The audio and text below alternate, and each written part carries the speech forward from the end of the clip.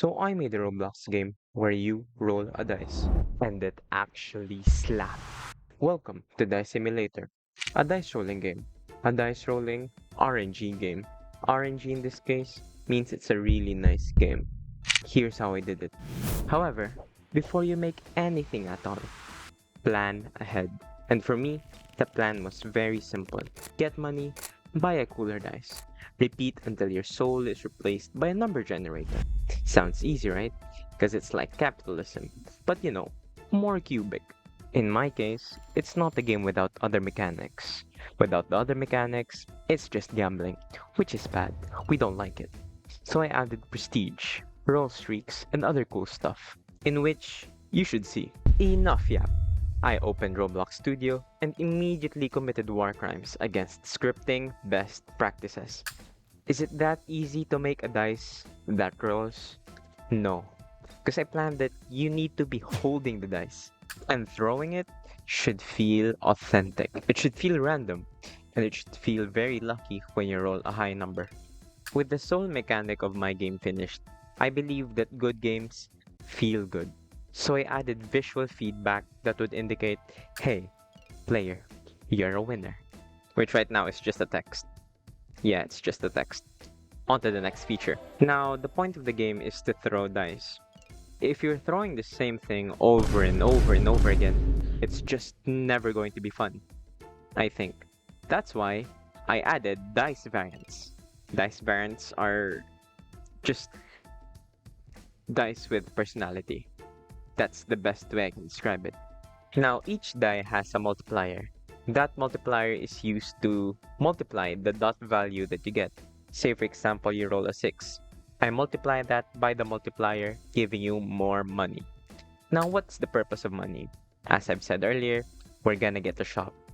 And we have a dice shop. Welcome to the dice shop, aka the reason you'll never financially recover. Remember, buy dice, use dice, repeat. Keep that in mind and say it with me. Buy dice, use dice, repeat.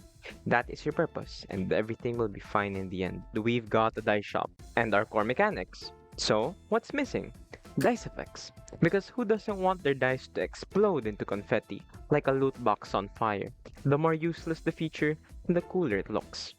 Now, obviously, we need a place to roll dice, so I built a giant dirt circle.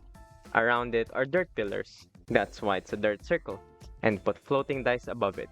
Why? Because of lore. The lore is simple. Only dice matter. Legends say that the dice god rolled 106 in a row. And then, boom, humanity. I didn't make that up. I legit read it somewhere. Don't ask. Now, after everything is said and done, you collect tons of dice. But when it's time to throw, you just freeze. What do you pick? So I made a storage system. Now you can keep your best rolls safe and flex your dice collection like a hoarder with style. After all that work, the game finally looks playable. Like, it's almost fun. Would my past self be proud? Maybe, but hopefully you guys would be. However, here's the twist. I vanished. Well, not really. Technically. I had to go on a week-long road trip through remote areas. No real internet, no chance to record anything. I relied on mobile data to periodically and sparsely add content. I went full caveman dev mode. No distractions, just me and our dice project. During that week, I cranked out a ton of stuff. More map details, a prestige system, a working leaderboard, and more dice, because obviously, and even started building a second map. I'd love to give a huge shout out to ASJ, Derpy, Shamir, and Random Green Dude for giving awesome feedback. I added most of them to my game as NPCs. ASJ as the Prestige store owner and Derpy as the Dice store owner. They clashed for the top position and Derpy gave a good fight, but ASJ came out on top. The game wouldn't be what it is without them. If you want to become a part of the journey and future games, subscribe and check out my Discord. I would most likely respond. Thanks for watching.